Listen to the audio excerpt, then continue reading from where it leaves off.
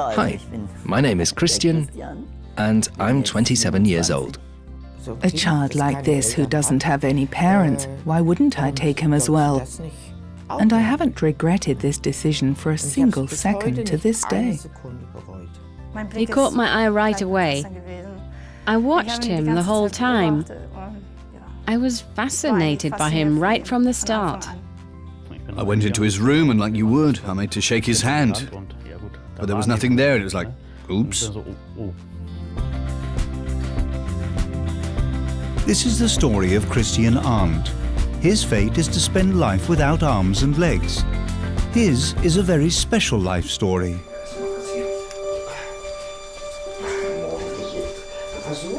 Greifswald, a small town on Germany's Baltic coast. It's 7 a.m. and Mum Gisela is getting her foster son Christian ready for the day ahead. She washes, shaves and dresses him. Christian would never manage without Gisela because he could do nothing for himself. He has no arms and legs. Without the support of others, he would be quite literally helpless. At the time, the doctors explained to my foster mother that I was born like this as the result of a genetic defect. The likelihood of this happening is 1,000 times less than winning the national lottery. This is a life of passivity, trapped inside a body that can do very little for itself except speak and think. Gisela has sacrificed everything for her foster son, taking him in 27 years ago. She's now 75 and still continues to put her own life second to his. I was perfectly aware from the start that I would have to look after him around the clock. But I didn't see this as a burden. Breakfast time. Gisela helps him with his food, mouthful by mouthful, sip by sip. But Christian refuses to think of this as being fed like a baby. Basically, I can do nothing for myself except think and speak.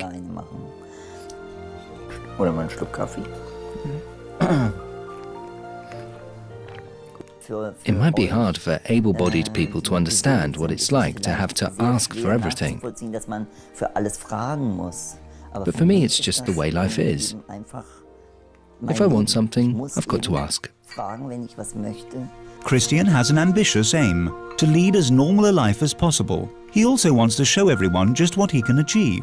But this is a far from easy task. Bonndorf in Germany's Black Forest. This is where Christian spent his childhood. He came here at the age of 10 months. His birth parents gave him up to be fostered soon after he was born. Gisela and her husband gave him a home in their children's convalescent home. I had already raised a boy sent by a professor of orthopedics in Heidelberg. He called me up to ask if I could take in a child who had no arms or legs. The fact is that this was my real childhood home. That was also exactly what the professor wanted at the time, that I should have a home.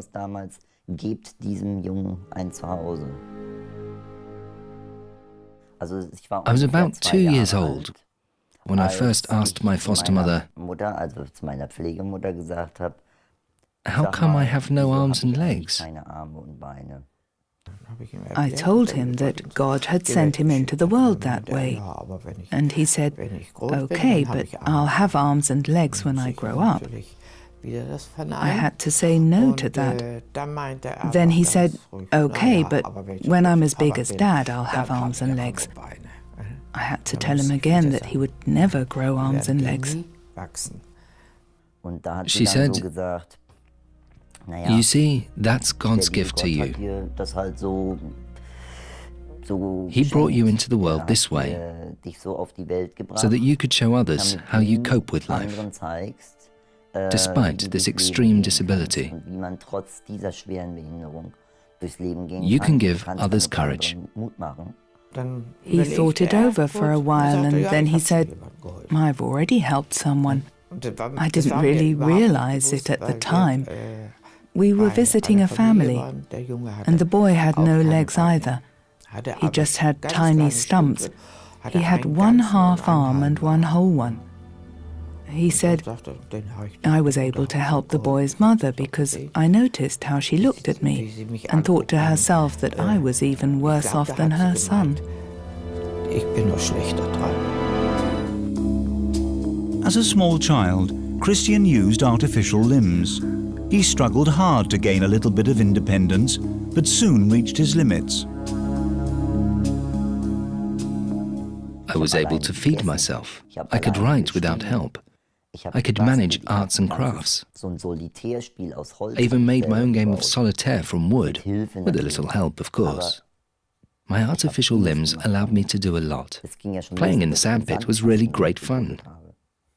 The motor gearboxes would fill up with sand. It was hilarious. However, the heavy artificial limbs proved to be too much for the child's small body. I weighed 7 kilos at the time, while the prostheses weighed 1.5 to 2 kilos. An enormous burden for a tiny child's body. It was simply all too much for me. These days, Christian Arndt gets by without artificial limbs. He can at least manage remote controls, telephones and computers on his own. He's taking a distance learning course in IT and media with the University of Lübeck. While surfing the internet, he came across someone with a similar condition to his own, the American Nick Fugic. Christian is blown away by the life that Nick managed to lead. But unlike him, Nick has a small left foot growing from his pelvis.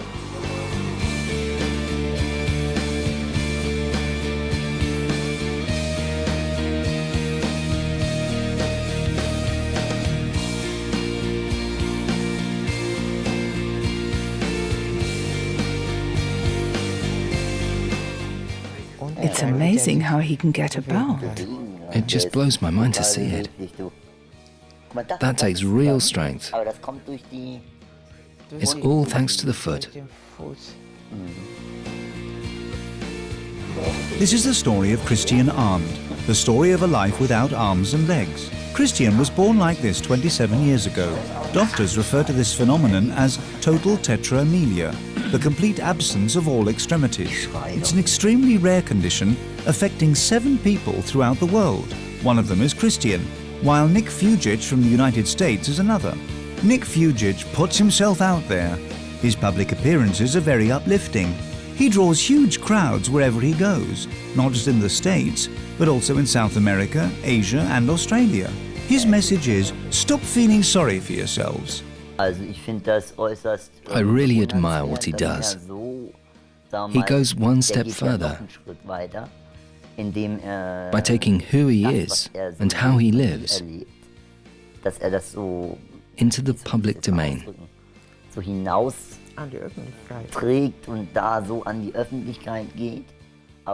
In my own personal way, maybe taking a slightly different tack, I'd really love to be able to show people that you can live like this and still enjoy life. Christian spends a lot of his time with Corinna, who was also raised by Gisela. It's Corinna who encourages Christian not to abandon his dreams at the first sign of adversity. He always wanted to be a media presenter. Whenever we watched football, he would always do the commentating. I kept asking him, why don't you try something like that? It would be right up your street. You should apply to a radio station. Maybe you could do that too.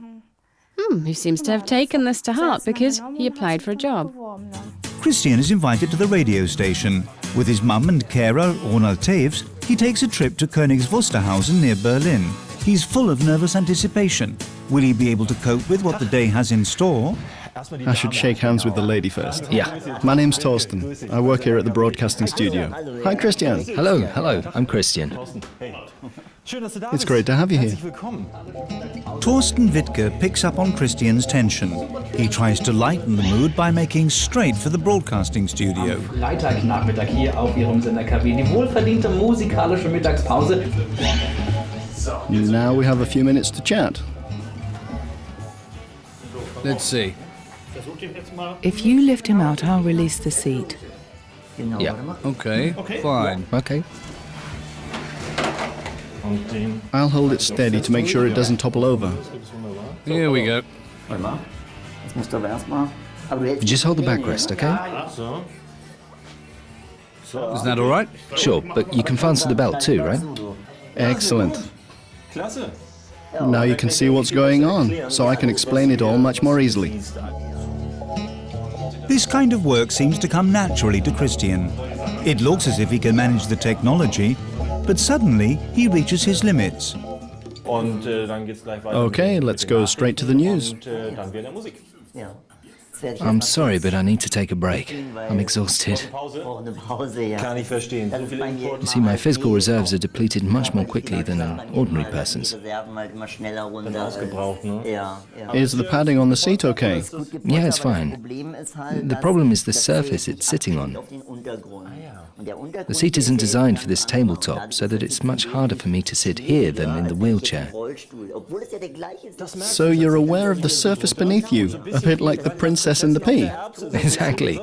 Most people would think that it can't make that much difference whether I sit here or there, but it really does. That's amazing. Okay, look. Yeah, it's not so soft, is it? Let's take a break. Christian's body starts to complain.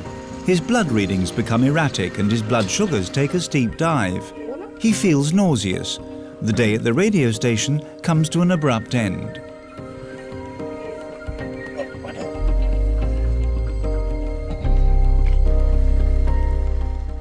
It's a real pain in the neck. I get so frustrated when my body can't keep going for as long as I would like. And what would you expect? Christian's body is not capable of any major effort. Sitting upright saps a lot of his strength. It's not just his circulation that's put under pressure. He has to have a spinal examination 4 times a year. Good morning. Good morning. Hello, doctor. How are you? Morning. Come on in. Mum Gisela finds these visits to the doctor particularly stressful. After all, as a trained nurse, she's well aware of exactly what the doctor's words mean. Sitting is hard work. The upright position places a lot of strain on the spinal column. Over time, this causes the distortion you can see here. This is referred to as scoliosis. The spine doesn't just slip sideways, but also twists, an effect that is increased by this difficult seated posture, which is the only position that he can adopt. Naturally, this also has consequences for Christian's life expectancy. I wouldn't like even to venture to say what difference this will make in percentage terms or in years.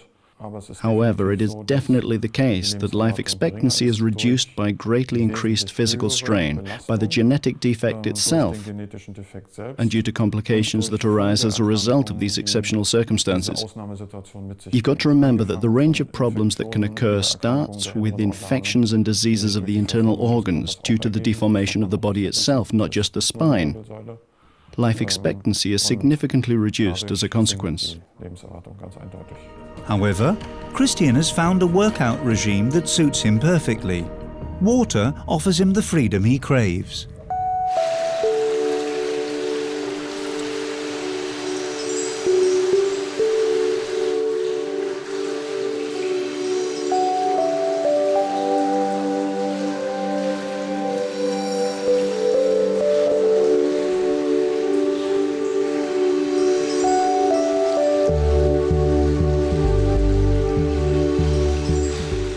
I've developed a special breathing technique that makes it almost impossible for me to go under. But it takes a lot of strength to use this technique, and I can only do it for 3 minutes at a time. After that, I need a break. That means I've always got to have someone with me, at all times. He uses the 3 minutes to move through the water like a fish. It took him years to learn to feel secure in the pool. Now he really enjoys it. His body feels like it weighs only a fraction of its actual 20 kilos. The water offers him genuine liberation.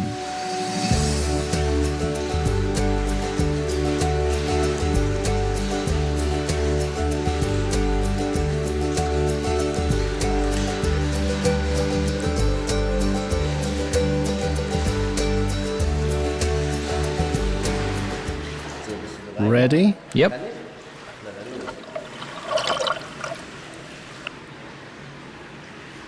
Now he's trying to keep himself upright. He didn't manage this the first time. It didn't work. Again? Yeah, sure. Okay. Ready?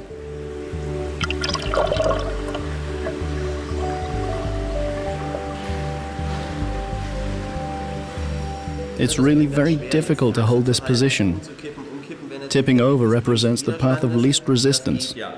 There you go, now he'll tip over.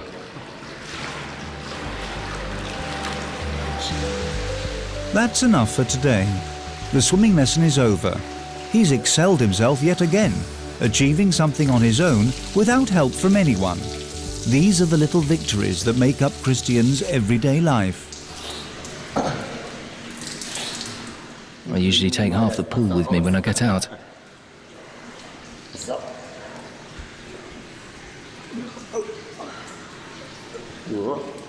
Have you got him? Yeah. Bye now. Bye. See you next week. At home, modern technology is an essential part of everyday life. A voice-activated computer acts as the command center, controlling doors, windows, telephone and lots more. Wake up. Blinds. Plus. Christian currently lives on disability benefit, but he intends to get a job once he completes his distance learning course. He'd be able to work from home as an IT specialist. Plug. In. Back.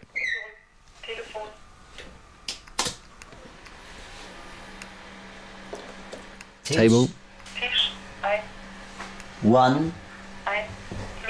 Plus. The right height. Back. When technology can't help, Gisela and Ronald step in. Biker fan Ronald has become a genuine friend to Christian. He's totally reliable. He's always taken everything in his stride. All of this has become almost second nature to him, and he knows intuitively what I can and can't do. I'm well aware that not everyone could do this kind of work. That's for sure. Ronald looks after Christian, helping him with routine activities. This doesn't just mean washing and dressing him and helping him with his meals, but also doing all the things that technology can't manage. He's unable to do anything for himself. The things that we take for granted in everyday life have to be done for him. And yet, what Christian has always wanted is to lead a halfway normal life, a dream he's pursued ever since his childhood in Bonndorf. This was where he was allowed to attend primary school together with his able-bodied friends, a place where small children hatch big plans together.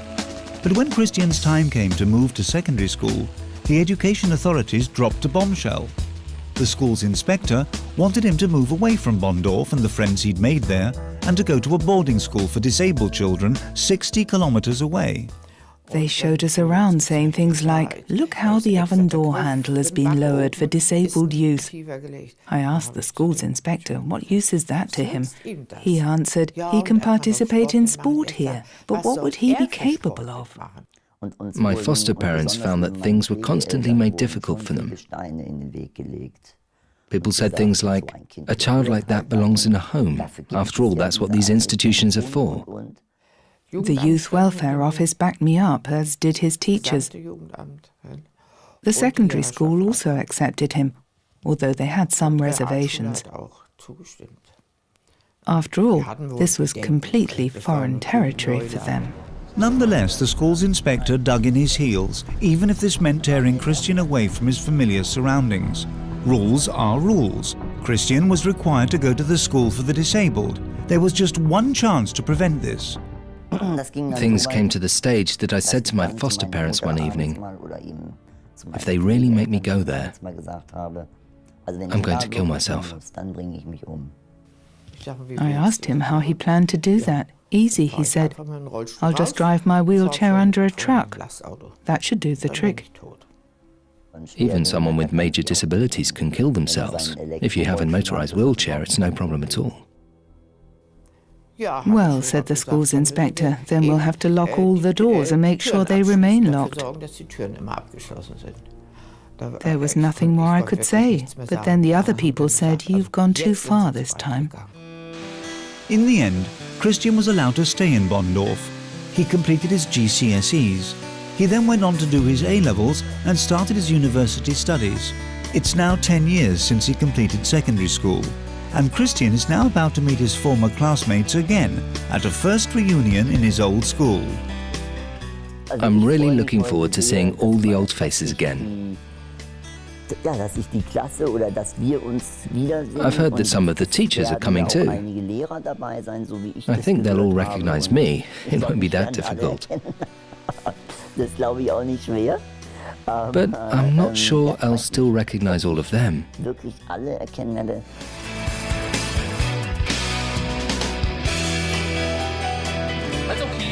I'll just get a couple of strong guys to help. I'm very pleased to see you again. How are you? Come on in. Hello, Frau Arndt.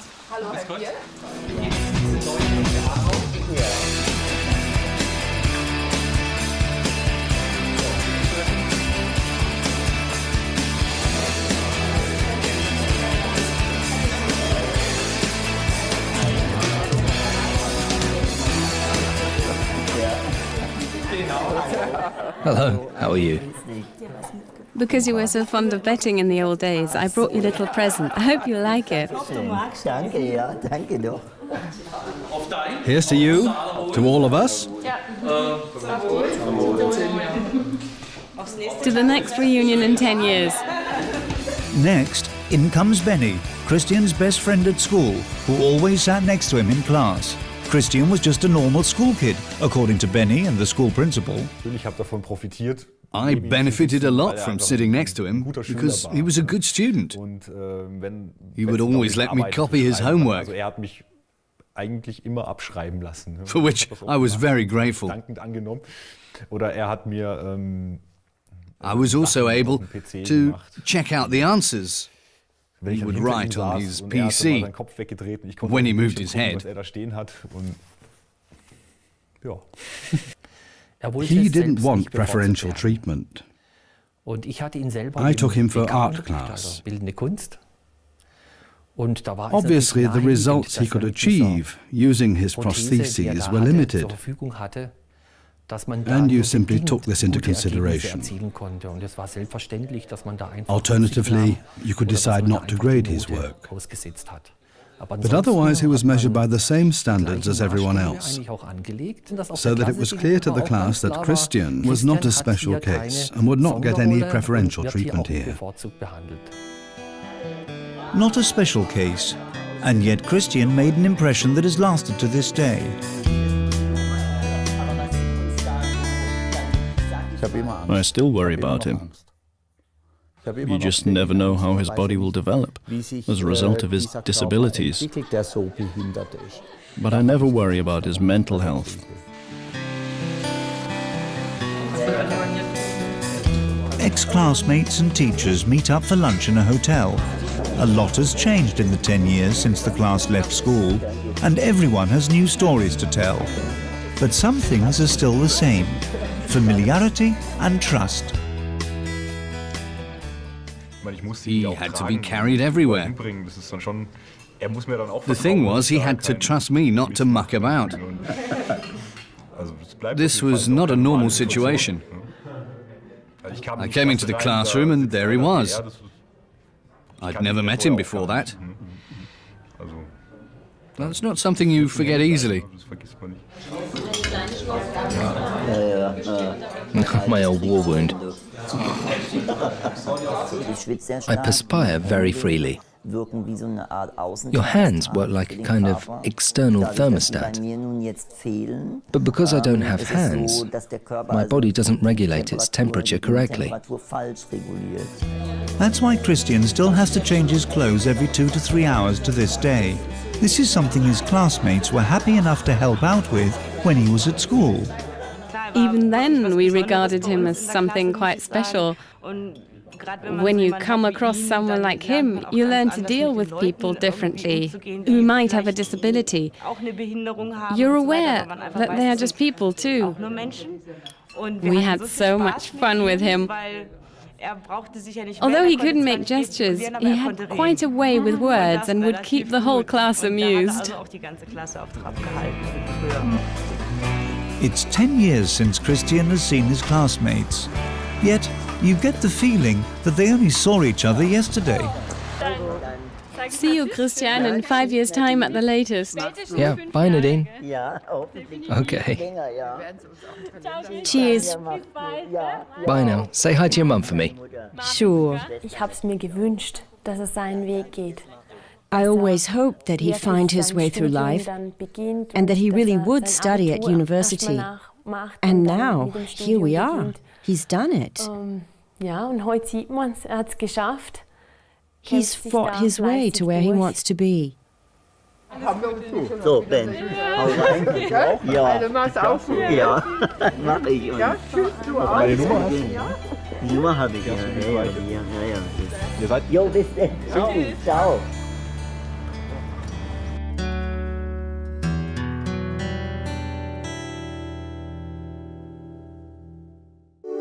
This is the story of Gisela Arndt, the story of a life without arms and legs. Christian was born this way 27 years ago as a result of an extremely rare genetic defect. He spent his school days among normal school kids, forging enduring friendships.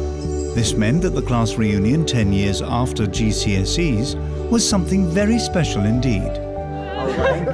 Ja, also machst du auch so? Ja, mach ich. Ja, tschüss, du auch. Meine Nummer hast du? Die Nummer habe ich, ja. Jo, bis dann. Ciao.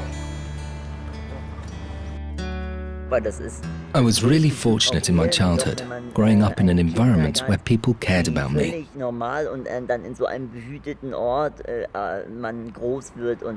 I'm truly, truly grateful for this. To have been allowed to grow up so normally and so fully integrated with other people, other children, despite my situation.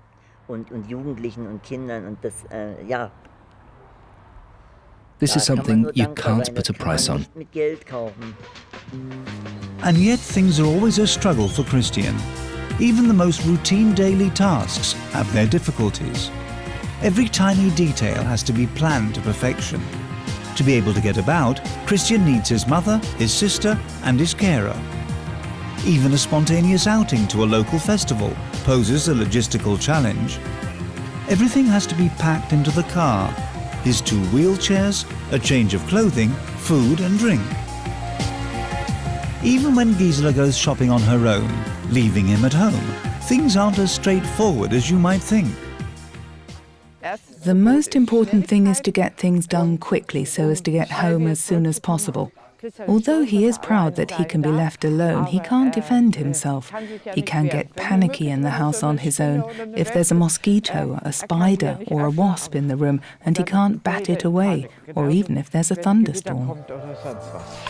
Let me see. I've charged up your phone. Okay. Is that okay? Yes. Need anything else? No. See you later, darling. Bye.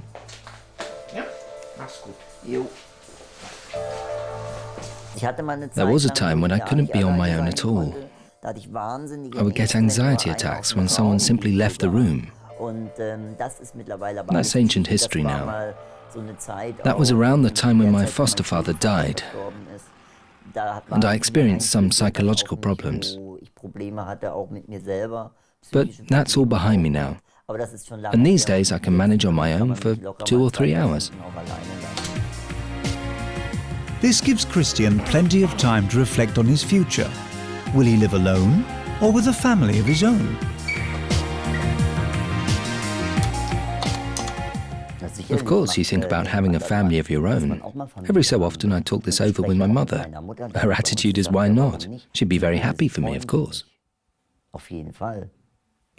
I would be absolutely thrilled, particularly if I lived long enough to see it myself. That would make it easier for me to move on, or to pass the responsibility to someone else. But we need the right girl to come along first. I could imagine this happening, but it would have to be a woman who could cope with all of this. She would need a great deal of understanding. It's not going to be easy. But then, there's hardly a single aspect of Christian's life that is easy. Even the surprise that his carer, Ronald, has organized for him requires a lot of careful planning. Christian has always said he would love to ride a motorbike. My first idea was to get hold of a trike, but then I thought he would just rattle around in the back. Then I remembered there was someone who had a sidecar. When I asked him, he said, "Sure, no problem, I'll be there." There's nothing more to be said.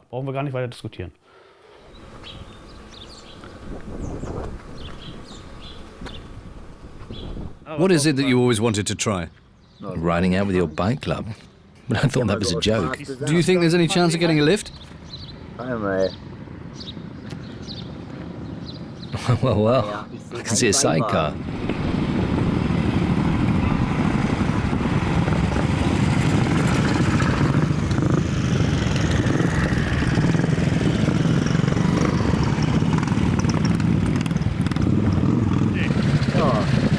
This is going to be your bike. You'll be riding here. Sure, I do have the jitters. But I know these guys aren't going to drive at full throttle with me on board. It'll just be a gentle cruise. That said, I'm really excited. I never expected this.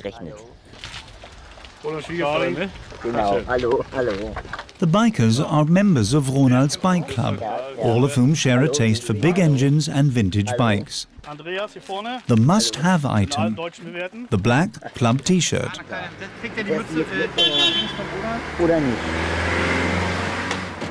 Let's get you comfortable. Okay, that's good. That's great. We'll have to strap you in securely. Yeah, of course.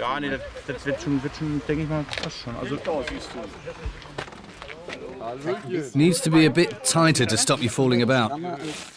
It slips a bit. Can you make it a bit tighter? All right. It's good like that? Yeah, that's better like that.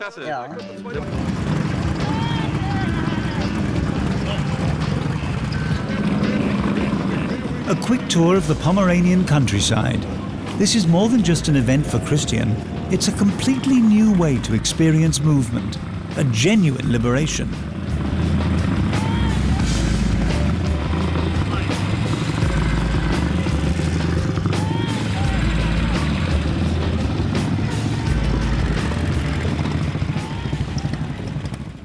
Thanks for taking me out in your sidecar.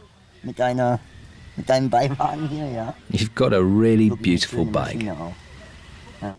I felt great. Such freedom.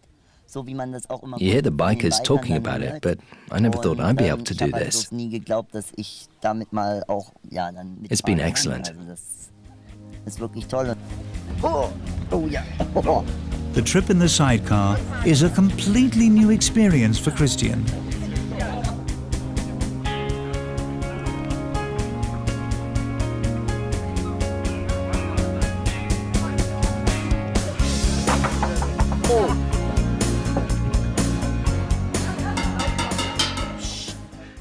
I'd like to take this opportunity to say a few words. Firstly, I'd like to say thank you all for today, particularly the bikers for their support and for making this day possible for me. It's been really brilliant. And finally, I take great pleasure in declaring the buffet open. Christian is really moved. This has also been a special day for the bikers.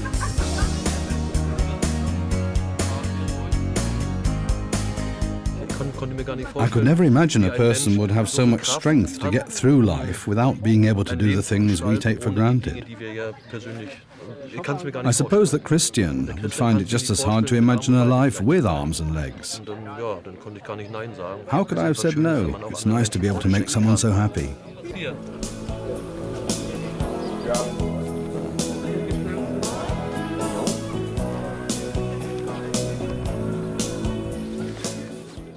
Let me give you a pat on the back. Well, thank you so much. It's been great.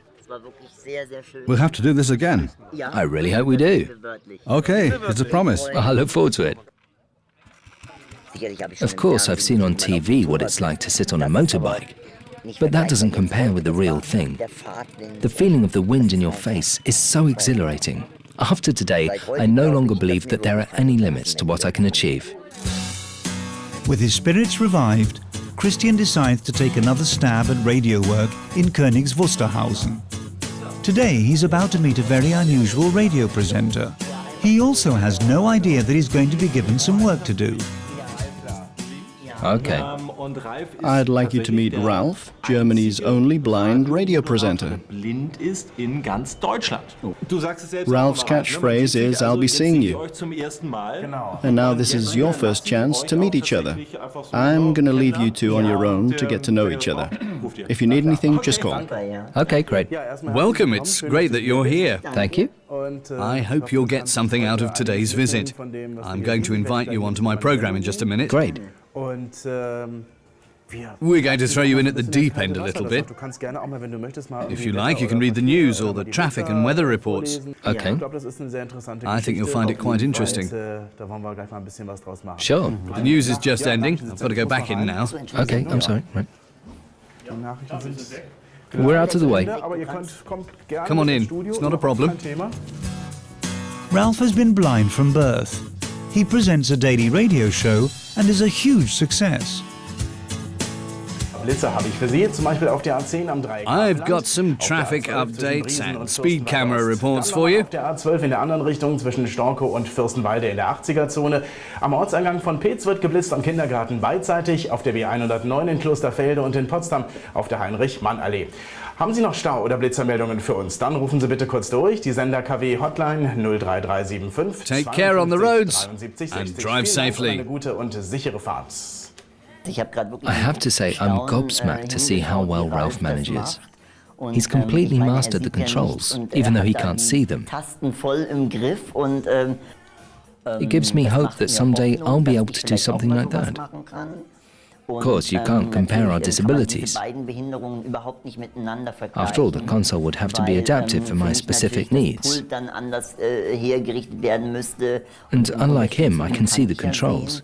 But I must admit that I'm blown away by how he can work. It's incredible.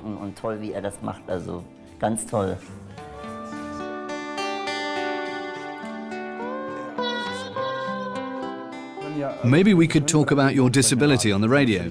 No problem at all. Would that be okay? I must say, I find it hard to imagine. Sure, I can understand that. If you don't mind, I'm going to do something quite unusual and feel you. Of course, of course. Mum, will you just support me? You can take away the padding. The only thing I know about you so far is your voice and the fact that you're more than half a head shorter than me. Das kriege ich mit, weil du von unten zu mir sprichst und ich gucke ja dann deswegen auch runter. I can feel your shoulders. That's right. And that's it. Okay, so where we would normally have arms, all you have is your shoulder bones. That's right. Genau, also. Okay. No, that's the wheelchair. My mum can lead you. Okay. Das heißt, So your body stops about here. That's right. There's no gaping hole or anything. I get it. I guess you could call me an all-rounder. Okay, Christian, pop yourself up here. I'm going to swap the microphones about and give you a microphone of your own. Okay. And you're going to help me, right? I'm scaring you. We're just going to try things out, then later on I'll give you some weather and traffic news to read out. I'm sure our listeners will be interested to hear from you. But we're starting off air, right? No, we're going to do this live. I mean the weather report. No, that'll be live. Oh, okay. Nee, das machen wir. Klar. All right. Gut. Ja. Entspannt.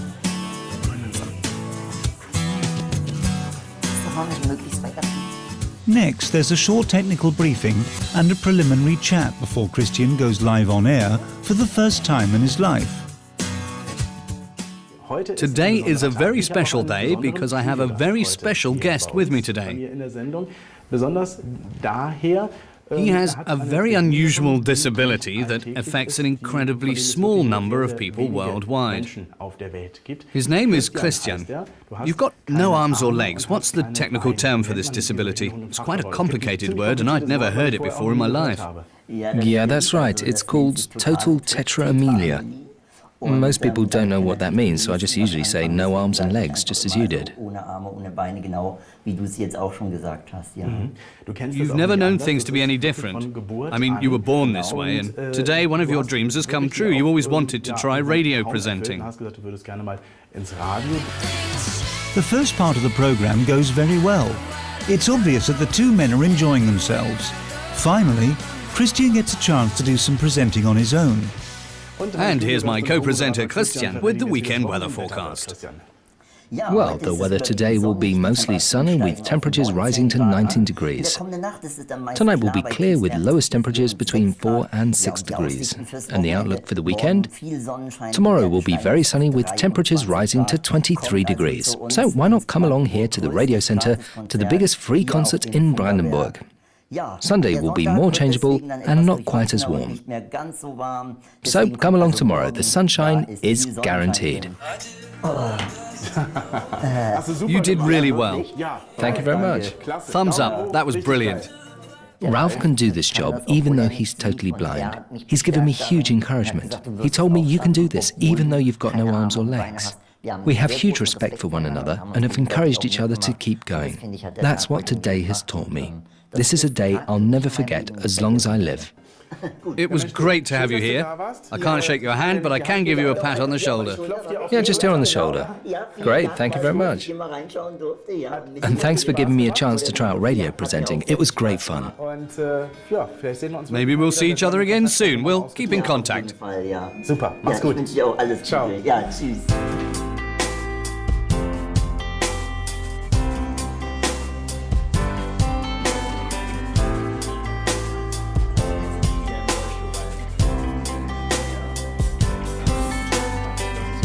Christian's life is full of surprises, obstacles and disappointments.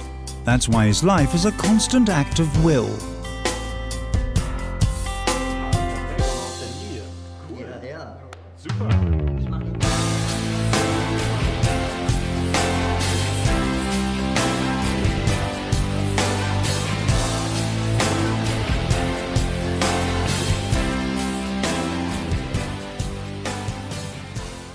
I never regretted my decision and would do it all over again any time.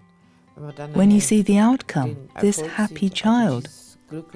After all, for me, he'll always be a child. That's reward enough. He wants to prove that he's actually not disabled, that he can do it. He proves this to himself and to others every day of his life. He's so strong and has such a fighting spirit. He never gives up. He gets his fighting spirit from Gisela, who took him in 27 years ago. Without her, Christian would never be where he is today. But everyone is well aware that this can't go on forever. The thought of leaving him on his own worries me far more than the idea of dying itself. We do worry about the future, about when our mother is no longer with us and what will happen then.